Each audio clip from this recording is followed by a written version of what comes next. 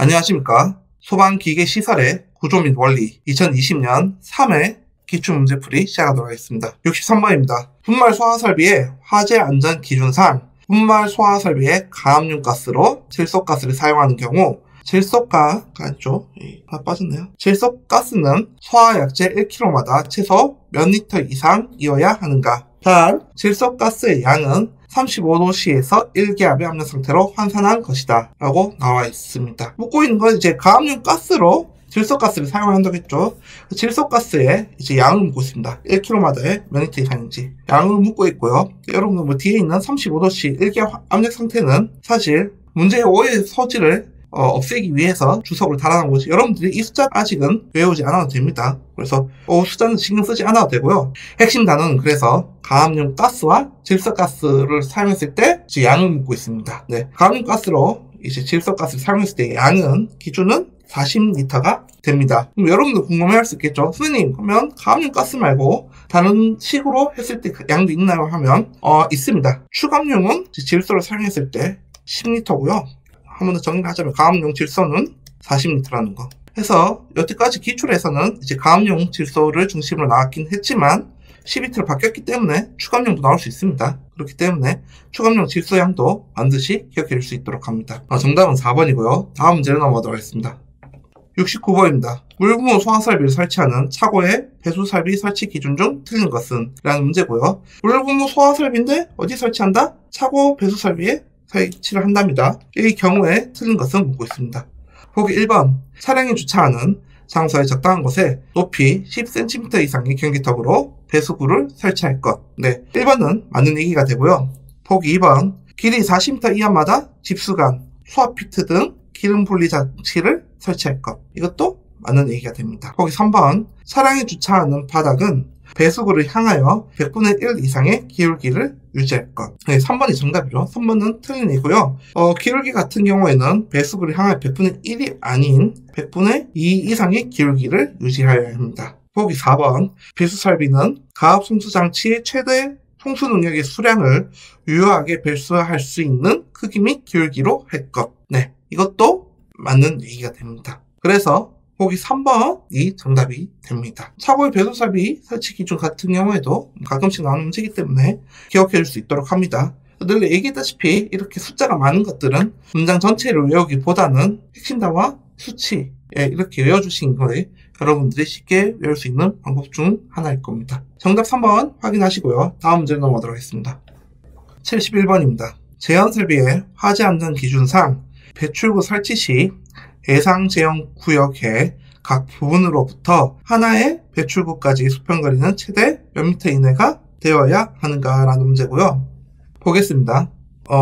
이제 제한설비가 있죠. 제한설비 이제 배출구를 설치해야겠죠. 제한설비에서 배출구를 설치해야 되는데, 자, 예상 제형 구역에서부터 배출구까지의 수평거리. 그러니까 배출구끼리의 이제 수평거리를 묻고 있는 것이죠. 이제 배출구까지의 수평거리는 몇 미터냐? 정답은 2번입니다. 10m가 되는 것이고요.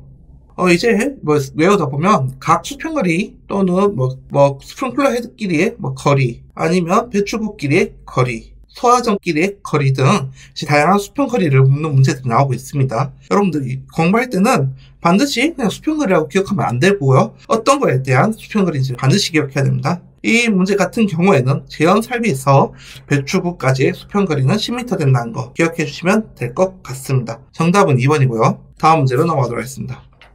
76번입니다.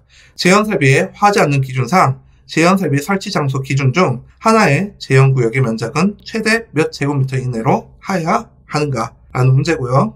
이제 그 제한구역의 면적을 묻고 있는 거죠. 제한설비를 설치했을 경우이기 때문에 어렵게 생각하지 말고 하나의 제한구역의 면적이라는 키워드만 기억해주면 될 것 같습니다. 그래서 하나의 제한구역의 면적은 몇 제곱미터 이내로 해야 되냐?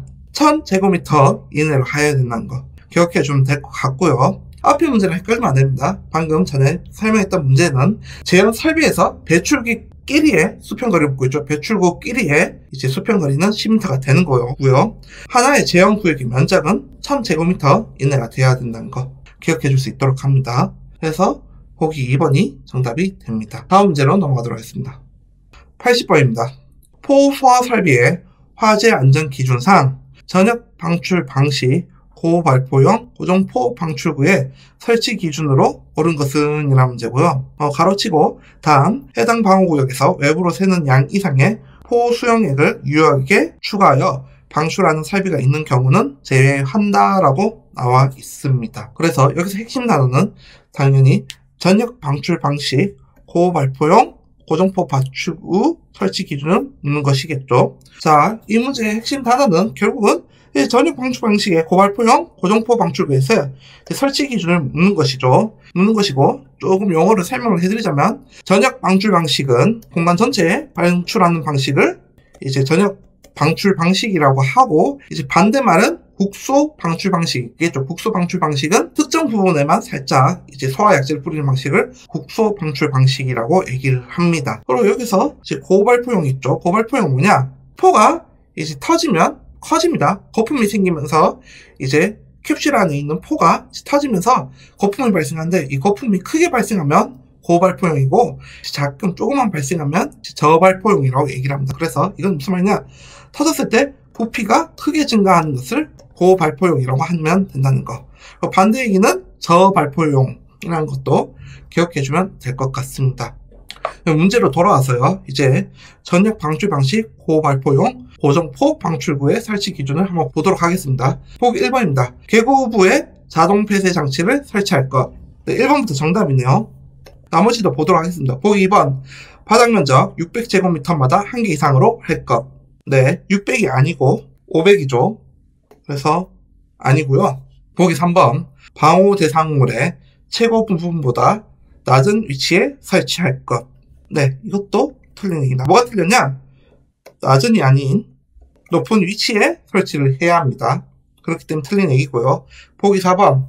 특정 소방 대상물 및 포의 팽창비에 따른 종별에 관계없이 해당 방호구역의 관포 최적 1세제곱미터에 대한 1분당 포 수용액 방출량은 1리터 이상으로 할 것이라고 되어 있는데요. 방출량은 1리터 이상으로 할 것이 아닌 다르게 해야 됩니다. 다르게 해야 된다는 거. 종별에 관계없이가 아닌 종류에 따라, 즉 이제 종류에 따라 양이 달라진다는 것을 기억해주면 될 것 같죠. 그렇기 때문에 보기 1번이 정답이 되는 것이고요. 이 문제 같은 경우에도 계속 강조를 하지만 핵심 단어와 치수 이렇게 기억해주면 여러분들 조금 외우기 쉬울 것 같습니다.